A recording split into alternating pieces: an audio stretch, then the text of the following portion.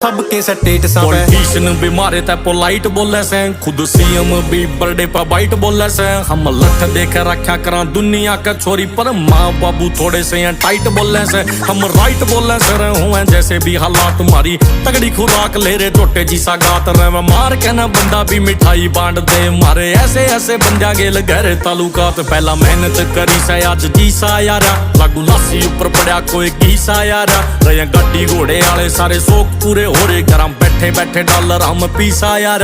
दौर ईसा यार सर बाबू proud feel करे, मक्खा मंदा मंदा नी रे पूरा लाउड फील करे। पहला 2-4 यार लेकर चाले करता है, आज हर टाइम आस पास क्राउड फील करे। खासा आले का जिक्र तेरी सारी बैचमेट समय आज की डेट में छोरा।